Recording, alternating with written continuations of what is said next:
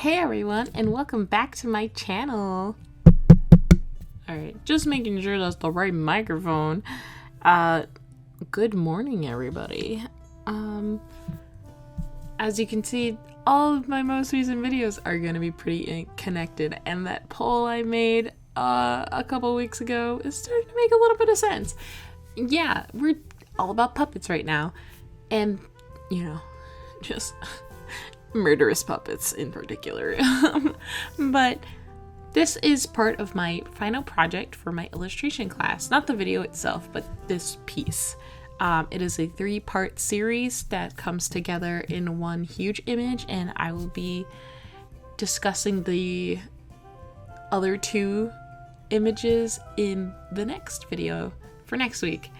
And these are just like on their own probably wouldn't mean too much. I guess they kind of come together, but like I would have never realized that getting feedback while you're in the middle of doing things, even if like one part of it's completely finished, getting feedback while you're in the middle of working is so helpful, because I would have just handed this project in with just 3 images and I would have been like, all right, there you go. My professor actually told us to post what we have, whatever we have in that moment, whether it was just work in progress photos or like, you know, whatever we had, and, you know, basically not like critique each other, but like, you know, say what we could improve on, because obviously it's work in progress, and, you know, it was to see if like people could already envision what we wanted by the end of it. And I thought that was really helpful. I, for one, in next week's video, you'll see that I was making a character sheet, and I didn't know that I hadn't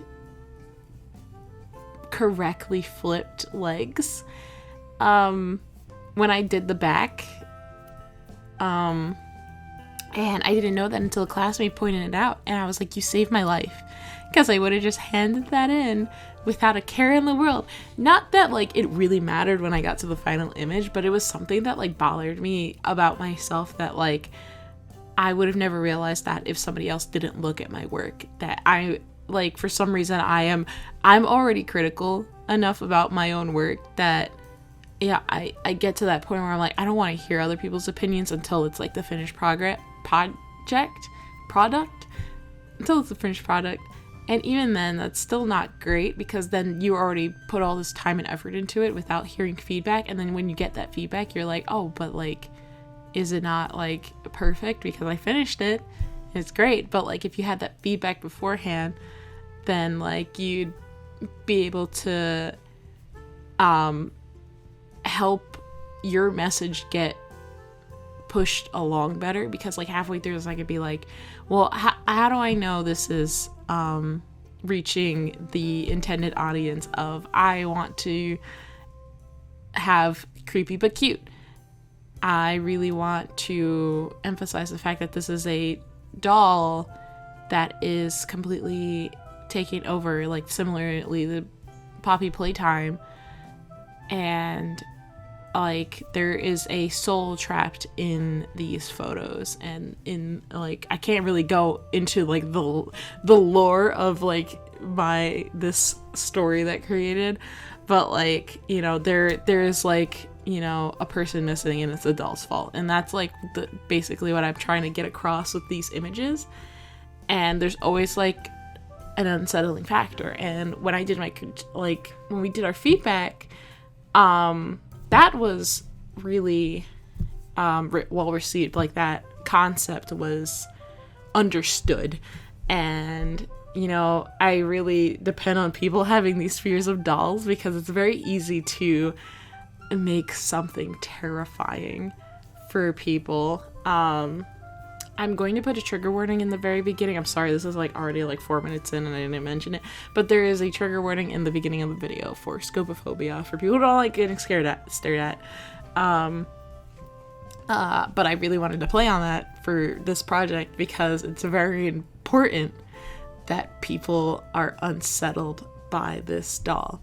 because it really helps get the point across. And I was really happy when that was like, you know, the thing. And like obviously my stuff is like really inspired by Welcome Home and like all these indie RPGs and ARGs that I watch, because I really like ARGs that have a realism factor. I guess it's like found for, it's like forgotten, what's the term? It's like, I guess I really like found footage. Like Marble Hornets was like, I was really terrified to get into it at the very, very beginning when it first came out. It like scared me because it's all Slenderman and I didn't like that at the age of like 13.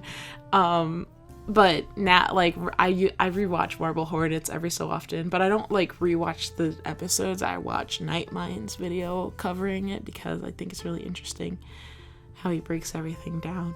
And there is a charm that is when fictional things and monsters kind of get brought to life in like a I guess indie and like low budget is kind of like what I want to say, because I really liked I think her name was like Daisy Brown or something like that. I don't remember.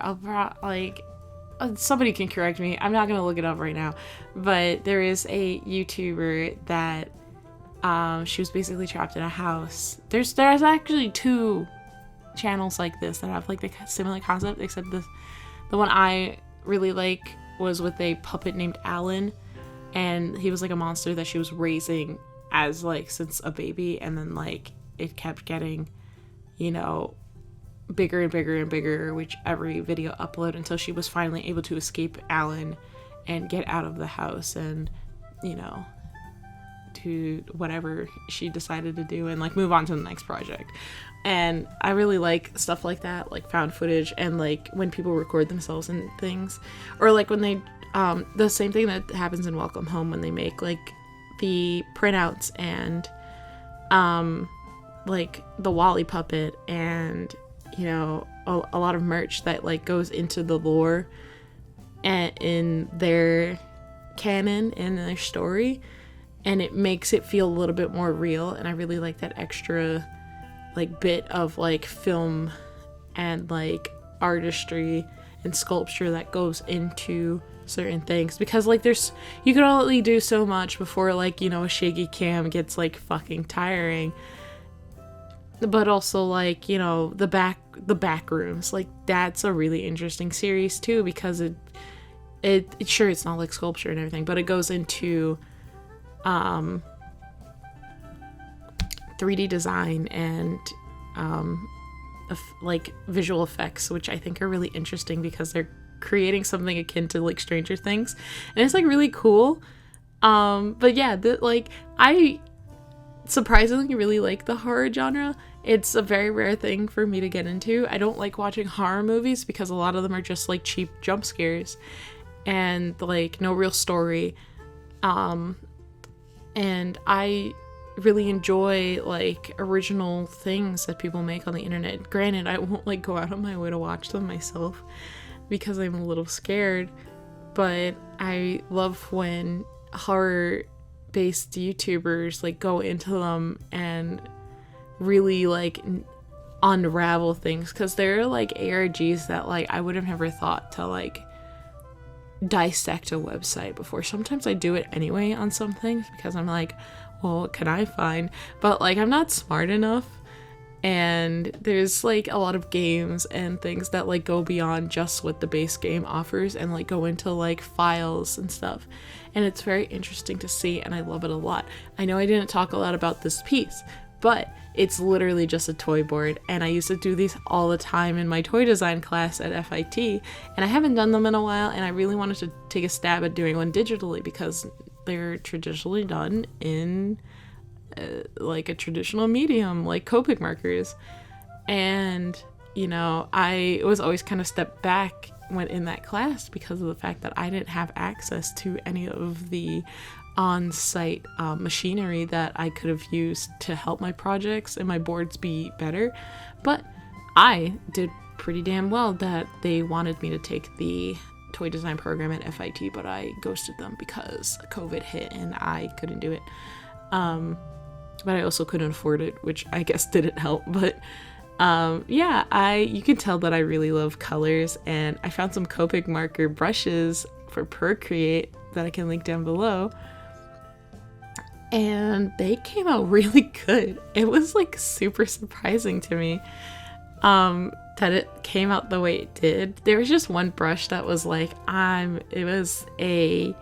it picks the next color on the color wheel for me, and it really helped take my coloring to like the next level. And now I'm kind of obsessed with it. So if like you see a bunch of merch at Anime Next that looks like this, that's why.